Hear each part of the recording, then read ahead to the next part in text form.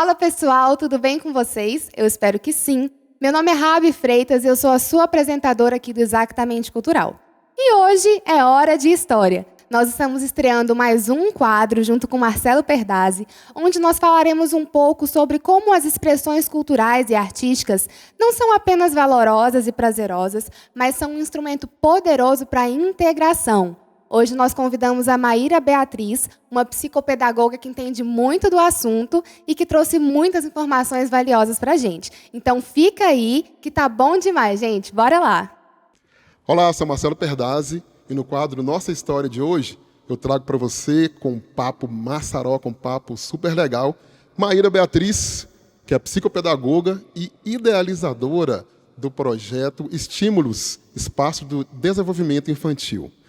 Oi, Maíra. Olá. Como é que estão as coisas? Tudo bem. Então, o que você pode falar para a gente desse projeto, que foi um projeto maravilhoso, né? Um projeto inovador para a nossa cidade. Sim. E como é que foi isso? Como é que surgiu essa plantinha aí, essa sementinha aí na sua cabeça?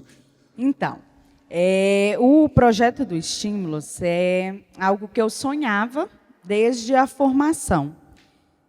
Então, eu ainda estava na faculdade de pedagogia, apaixonada pela criança e pela infância, né? Por isso a escolha do curso. E eu, como mãe, via que faltava em Paracatu algo que tivesse uma formação da criança não somente acadêmica, né? Porque o que a gente encontra muito das formações educacionais é algo voltado muito para o acadêmico. Não é algo que valorizasse a cultura, a música, o movimento, a criança integral. Mas, como estudante, eu não conseguiria chegar até o projeto. Então, eu formei, estive dentro de sala de aula, trabalhando com educação infantil, até que eu conseguisse idealizar o projeto em si. Então, o projeto do Estímulos, ele foi criado em 2017. Né? Eu me lembro que o dia que eu entrei com o pé direito, eu peguei anotações minhas que eu tinha de 6º período de pedagogia. Eu anotava e idealizava um lugar que eu pudesse trabalhar com a criança de forma integral. E quando a gente pensa na criança, a gente pensa desde o primeiro dia de vida, né? Desde a gestação mesmo. Sim. E eu sempre preocupada muito com essa questão, pensei em um estímulo ser um espaço de desenvolvimento infantil desde a gestação. Então, eu ofereci no Estímulos diversas oficinas, onde a minha preocupação maior era sempre em cima da música. E então a gente trabalhava a música desde a gestação. Então nós oferecíamos oficina de música para gestante e a musicalização desde bebê. Eram os meus 2 diferenciais que eu oferecia para a criança, que a gente não encontra em Paracatu, né? Então, a gente trabalhava com a criança desde a gestação. São relatos magníficos das nossas gestantes, das mamães que participaram dessas oficinas desde a gestação, que elas tiveram um retorno muito legal desse bebê. E esse bebê, consequentemente, assim que ele já engatinhava, ele retornava para a gente. Né? Então, nós oferecíamos tanto a oficina para a gestante, como a oficina para o bebê. Também oferecíamos oficinas voltadas para o teatro, para a pintura, porque o foco era a criança como um ser integral. Né? Trabalhar com a criança no todo, trabalhar com a criança não somente em uma formação acadêmica. Né? Uma dificuldade muito grande, eu costumo dizer que é uma barreira. Formação de cognitivo. Uma formação cognitiva. E eu costumo dizer que é uma barreira que foi enfrentada bastante. Praticamente eu fiquei o ano de 2017, que foi o ano que nós começamos, demos o pontapé, para as pessoas conseguirem compreender que era uma formação de complementação. Era algo complementar à escola, à educação tradicional, né? Então, porque como não era cultura de Paracatu, as pessoas sempre entendiam como uma escolinha. Ah, é uma escolinha para bebê. Ninguém nunca conseguiu ver que era um projeto paralelo. Isso, as pessoas tiveram bastante dificuldade, né? Então, as pessoas entendiam que era uma creche diferente. Entendi. Então, diversas vezes eu ouvia algo assim, Maíra, isso é uma creche diferente? É uma creche diferente de uma educação tradicional? E eu passei, basicamente, que o ano de 2017, mostrando para as pessoas que não, que era uma formação complementar, que era uma formação para aliar, né? Então, o bebê em Paracatu não existia nada para estimular, para incentivar, né? Paracatu em si não tem muito a questão da estimulação precoce. Estimulação precoce dentro da pedagogia é um termo novo, propriamente dizendo, e que você encontra basicamente em grandes centros, né? A gente encontra em grandes centros. E não era uma cultura de Paracatu, uma estimulação precoce. Então, não se encontrava nada para estimular, desenvolver bebês, a não ser aulas de natação, né, que é o que Paracatu contempla, aulas de natação para bebê. Isso. Então, eu vim com esse diferencial para trabalhar desde a gestação, o bebê e a criança que já está em fase de alfabetização, né? A criança que já está na idade escolar. Para a criança em idade escolar, era algo complementar. Certo. Porque o foco do estímulos, como o próprio nome já traz, é estimular. É trazer aquela habilidade, porque o que eu, como pedagoga, que é a minha formação inicial, e depois como especialista na psicopedagogia em autismos e transtornos, o que eu vinha percebendo? Que a educação tradicional, a gente diz que são as escolas, né? A educação tradicional é a formação de escola. Essa educação tradicional, talvez por uma questão do sistema, de longos anos, é um pouco falido. A cultura de Paracatu, você acredita que não entende ainda o espaço não escolar? Não compreende. A cultura de Paracatu ainda tem bastante dificuldade, né?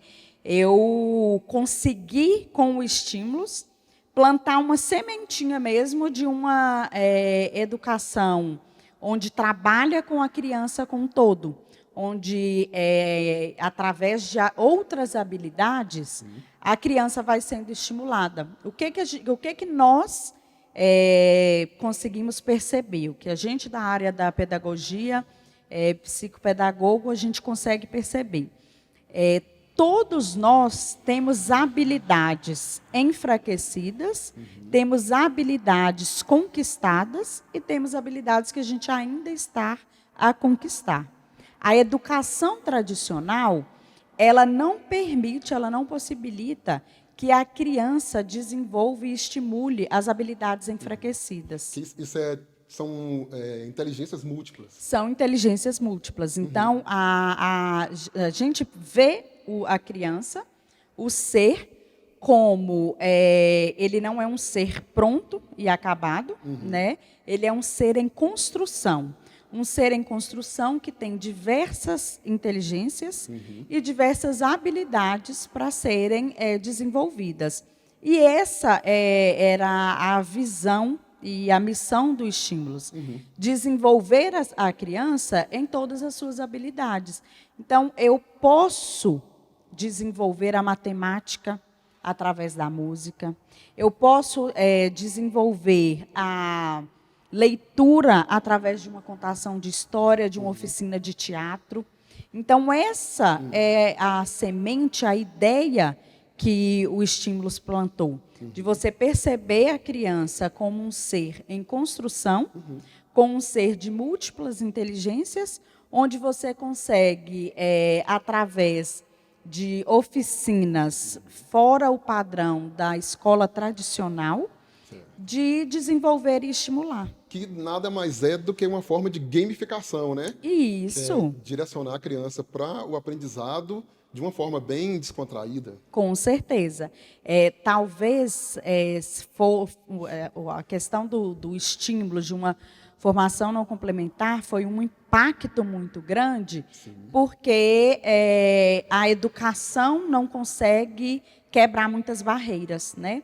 Quando se pensa em matemática, por exemplo, a gente só imagina o quadro, o número, o material dourado e coisas do tipo. Com óculos e isso, uma régua grande e algo do tipo. Às vezes, a educação tradicional não consegue perceber que a criança que está ali fazendo embaixadinhas, petecando uma bola, ela tem a mesma habilidade que aquele que está sentado na cadeira e consegue fazer a sequência de ordem dos números. Porém, aquele que está ali petecando, ele está fazendo uma sequência através da bola, através do corpo em movimento, conhecendo o corpo dele. Né? Aquele que está na mesa e na cadeira, ele está de uma forma tradicional, onde ele pega o papel, o lápis e faz como o meu avô fez, o meu pai, e que muitas vezes as pessoas não têm uma visão aberta de que a gente pode resgatar e que a gente pode salvar crianças através da música, através do teatro, através da dança, dos jogos, da cultura em si. Hoje em dia, como que está sendo a visão do paracatuense em relação aos estímulos? Então, foi bem desafiante no primeiro ano, dividir se era uma formação tradicional, se era uma escolinha, uma creche, se era um lugar de brincar, coisa do tipo. Passado um ano, que foi, eu costumo dizer que foi um ano assim, para mim foi mais de 600 dias, o ano, porque era dia e noite, noite e dia, para você tentar mostrar que aquilo ali era uma formação complementar, que era para trabalhar com a criança em si. Passado esse um ano, a aceitação foi um pouco melhor. As pessoas conseguiram perceber um pouco mais o desenvolvimento e os resultados vieram, porque não há nada melhor do que a própria criança, né, trazer o resultado. Então, foi um ano que a gente plantou e no ano seguinte a gente já começou a colher. Né? Então, quando a gente começou a colher, quando a gente começou a obter resultados de mães que enfrentavam crianças com dificuldade de aprendizagem mesmo, que ela já tinha tentado diversas alternativas, como aulas de reforço, acompanhamento com neuropediatra, medicamento, coisa do tipo. Então, assim, ao final do ano letivo, quando essa mãe vinha e trazia para a gente assim, olha, o meu filho conseguiu terminar o ano letivo com uma concentração muito melhor com algo do que ele nunca teve. Então, não tem retorno melhor do que isso, porque são eles mesmos. Aí já não era eu, Maíra, tentando mostrar o funcionamento. Lapidado. Já era aqui a criança trazendo a resposta de tudo aquilo que eu plantei ao longo do ano. Então, depois que eu tive, que eu recebi, né, que eu comecei a colher, a aceitação foi assim, de vento em popa. O crescimento foi muito grande, algo até do que eu não esperava tanto, né? Eu em mente, aprendiz na questão do empreendedorismo, do empreender, de uma microempresária. Eu imaginava assim, eu devo ficar uns 5, 6 anos para crescer bastante. Eu devo ficar o primeiro ano com umas 30 crianças e eu fechei o meu primeiro ano com oficinas no total de 172 crianças. Maravilhoso, né? Então, eu fechei o meu primeiro ano contando todas as oficinas. No total, eu tinha 172 crianças. Muito então, bom. Foi fantástico. Nesse momento agora, nesse, né, que a gente está falando aqui agora, o estímulo ainda funciona? Você acha que o estímulo ele ainda traz essa mesma resposta, né? Sim. Então, como que tem funcionado o estímulos em si? Por mais que eu tive uma aceitação muito grande, o retorno foi muito bom, muito viável, nós entramos muito turbulento de uma vez com a questão da pandemia. Então, quando a gente está começando a caminhar, quando você está começando a pensar num caminho de uma independência, entendi. Eu me pego em uma pandemia, né? Porque o Estímulos é algo de 2017. Então, nós funcionamos 2017, 18 e 19 muito bem, funcionando e caminhando.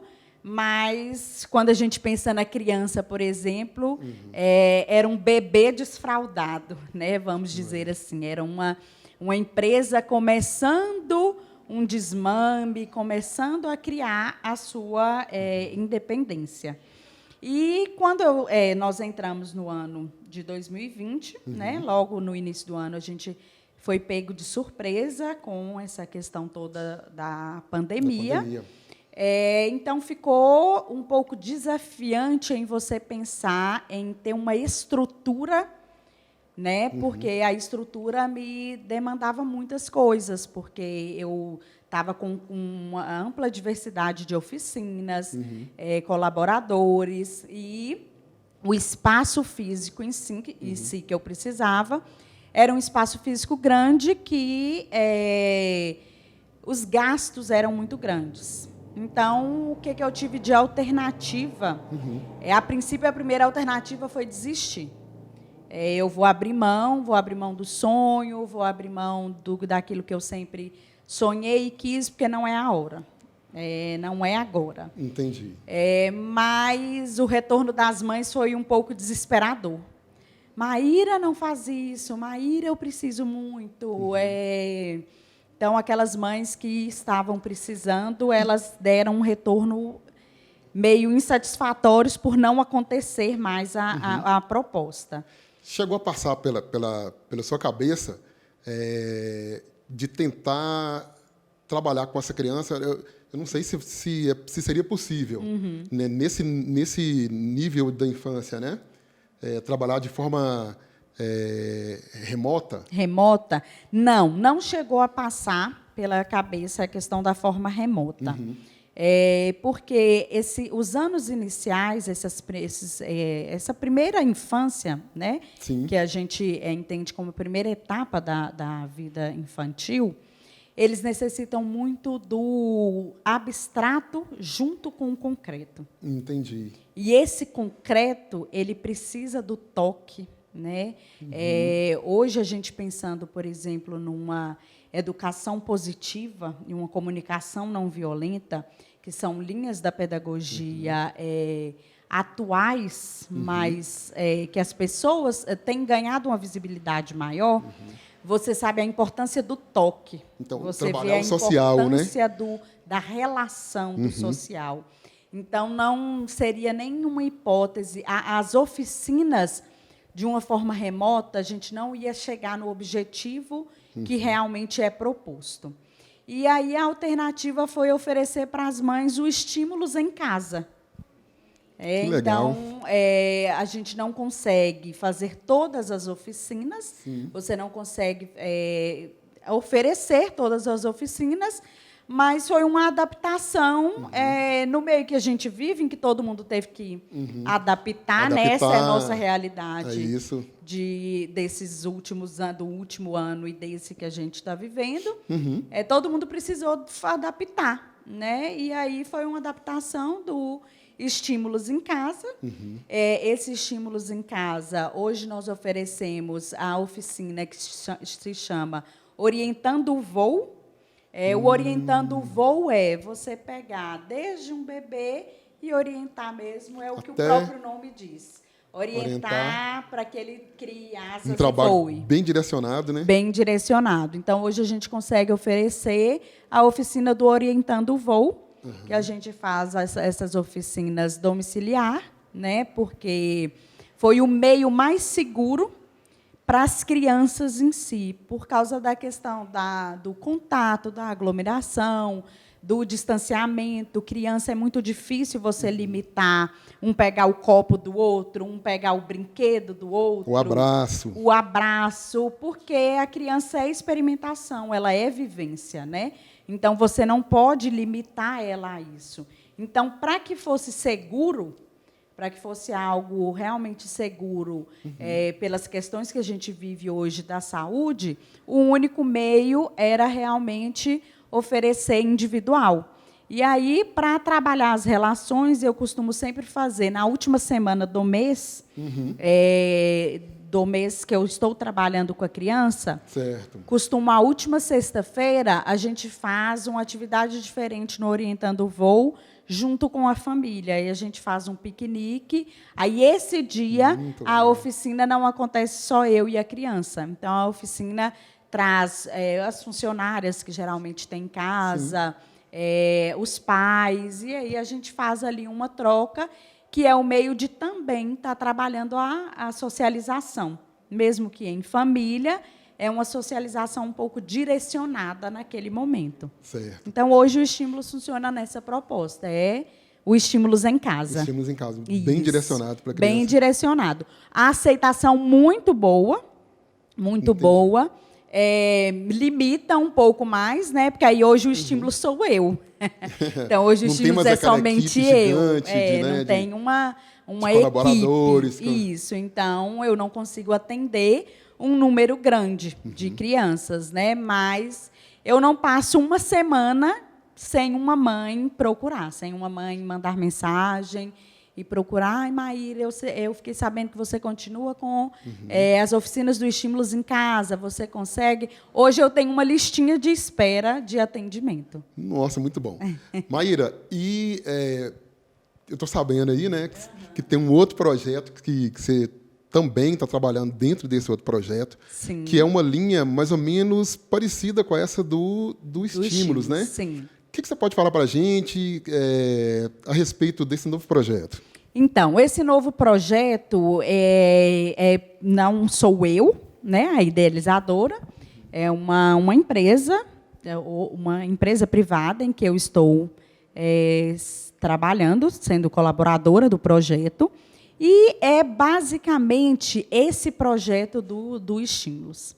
É uma formação complementar, e essa formação complementar que trabalha a criança como um todo, né? Ela vem quebrar as barreiras da educação tradicional. Então, é um projeto que ele trabalha através de oficinas, né? Por meio de oficinas.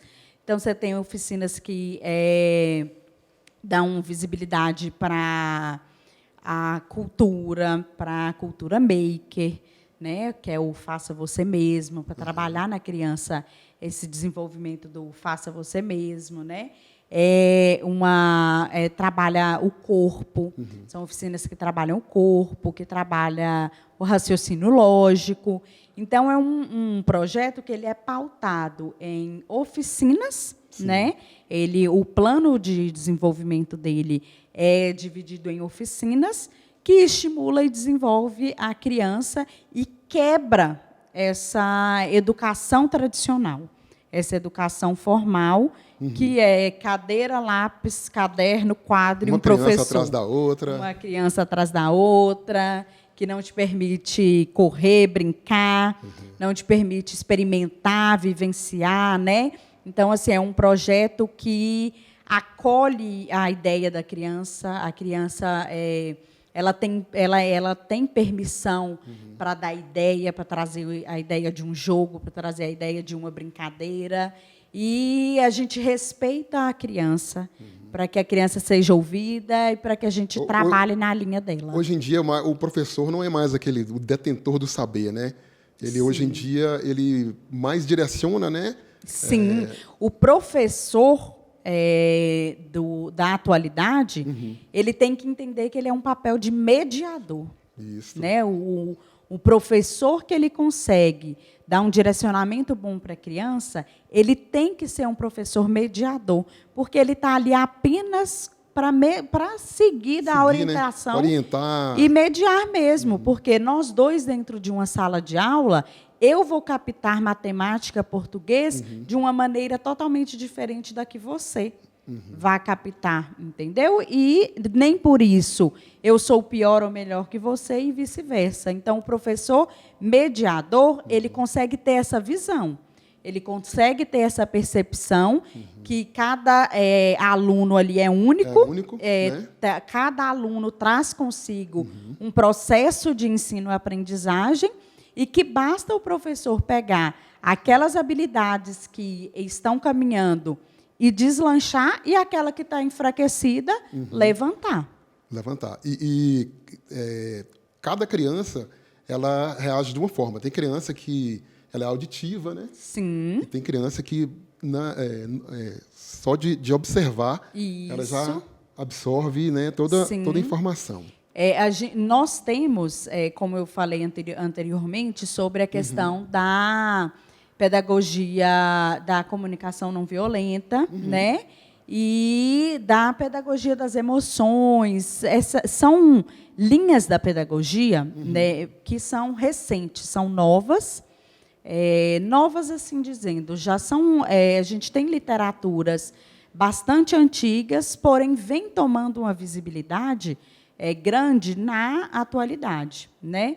Que é onde a base da comunicação não violenta é o toque, é o acolher, é o compreender, é permitir que a criança ela fale, né? A gente tem que perceber assim, tem alguém aí, porque por muitos e muitos anos nós passamos e tivemos crianças com diversos traumas que hoje a gente vê, diversos adultos, o índice de suicídio, de dificuldades, de transtornos na vida adulta, foi percebido dessa infância muito tradicional, dessa infância muito rígida, dessa infância onde não permitia que a criança se expressasse, né? Que a criança era aquilo pronto e acabado, ela só tinha aquela linha para seguir, né? Então, não. Hoje, na atualidade,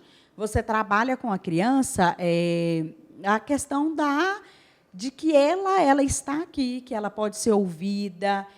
Então, a gente trabalha muito na linha, sempre quando eu estou à frente de palestras, de treinamentos, a gente passa muito isso para as pessoas que estão participando, de que quando um adulto ele está passando por aqui, ele tropeça e cai, a nossa atitude é de correr e acolher.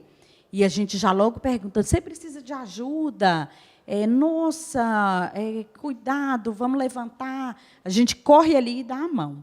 Quando é com uma criança, a gente já... mas você estava correndo demais. Mas então a nossa reação é de criticar e agredir.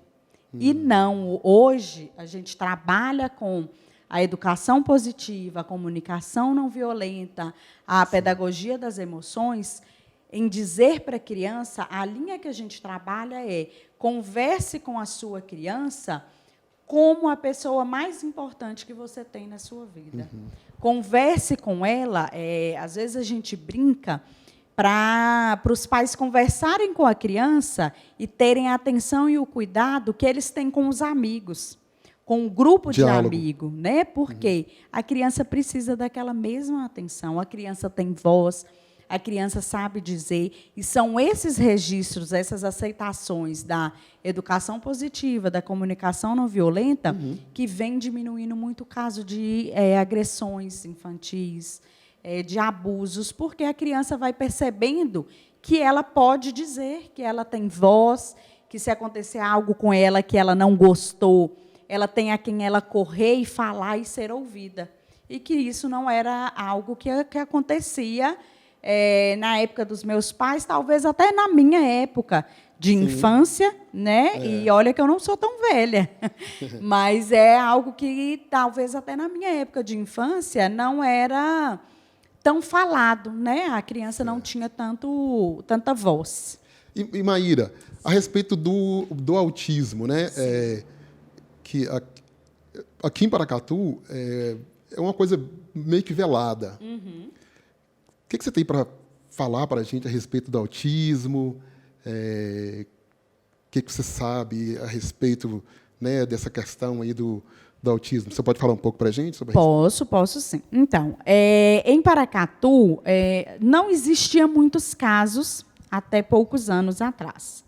Então, o que você mais escuta as pessoas dizerem, principalmente quando você está em um meio escolar, mas hoje em dia tudo é autismo. Hoje em dia sempre é autismo. Porque aumentaram o número de pessoas, você sempre tem um conhecido que está dentro do transtorno, que está dentro do espectro, né? Uhum. E a criança autista, ela é uma criança que me trouxe a vontade de entender um pouco mais sobre a estimulação precoce. Foi através do transtorno do autismo, do transtorno do espectro autista, que eu interessei por esse estudo da estimulação precoce, né? Porque em grandes centros você vê que o caminho que os neuropediatras, as neuropsicólogas, dos terapeutas, do conjunto de terapeutas que trabalha com os autistas, a base que eles seguem é a estimulação precoce. Porque, há um tempo atrás, os neuropediatras eles não fechavam o diagnóstico de autismo antes de 3 anos de idade. Né? Dentro dos transtornos, no geral, a gente costuma dizer que talvez seja um dos mais difíceis de ser identificado, porque ele não tem cara. O não ter cara é quando a gente quer dizer, por exemplo, de um síndrome de Down. Um síndrome de Down, você consegue fazer uma estimulação precoce desde a gestação, porque a gente tem exames que nos permitem ter conhecimento desde a gestação. Né? O autista, você ainda não tem, a medicina ainda não tem nenhum exame que você já faz e que faz um diagnóstico na gestação, né? Isso, e nem que faça um diagnóstico desde bebê. O diagnóstico que você... a análise, né? Não o diagnóstico, a análise que você vai fazendo é o acompanhamento ali mensal com o pediatra mesmo, o mês a mês que o pediatra vai analisando os marcos de desenvolvimento da infância. Né? Então, existe uma tabela de marcos, que ela é um padrão, né? E o pediatra vai identificando. Então, talvez um atraso em um marco, um atraso em outro, chama um pouco mais a atenção. Tem uma questão também da criança autista, né? Que no ato da amamentação, ela não faz a troca de olhares, né? Tem alguma coisa mais ou menos relacionada a isso? Sim, não é uma regra. Né? Porque você tem diversos tipos de habilidades que pode ser que aquela criança consiga dominar, o outro não. Então, não é tanto a regra. Por muito tempo, falava-se muito na questão da troca do olhar, do isolamento. Aquela criança só fica sozinha, então ela é autista. Aquela criança não troca o olhar, então ela é autista. Não tem tanto essa questão, até porque você tem relatos de diversas mães que o meu filho desenvolveu muito bem até 1 ano e 8 meses. Então, foi com 1 ano e 8 meses que ele começou a regredir. Então, não é uma regra a questão da troca de olhar, né? Não é uma regra, até porque a mãe, naquele momento, ela é o vínculo principal. Então, o vínculo principal, para ele, é onde ele tem o apoio, é onde ele tem o refúgio, que geralmente ele vai responder melhor a essa troca, entendeu? Entendi. Maíra, fiquei feliz demais em receber você aqui. Foi um papo maravilhoso. Espero que o público também tenha gostado bastante dessa nossa conversa. E espero receber você aqui novamente, né? Porque a gente sabe que o assunto é amplo, um assunto muito gostoso de se ouvir. E você está convidada para estar aqui novamente com a gente no Exatamente Cultural. Eu quem agradeço, agradeço o espaço, agradeço a oportunidade e realmente é assunto para longas e longas horas. E precisando, estaremos de volta. Foi um prazer enorme estar aqui com vocês e estou sempre à disposição. Precisando, estamos aí. Muito obrigado pela presença e agradeço você também aí de casa que esteve com a gente por todo esse tempo, ouvindo esse papo maravilhoso. E até o próximo. Por hoje é só então, nós esperamos que você tenha gostado e continua com a gente, porque esse assunto ainda vai continuar sendo abordado aqui, viu, gente? Tem muita coisa para falar sobre isso. Se você gostou, não esquece de curtir, de compartilhar, de mandar para os seus amigos e nos ajudar a espalhar essa mensagem que é tão importante. Nós agradecemos a sua presença e até mais.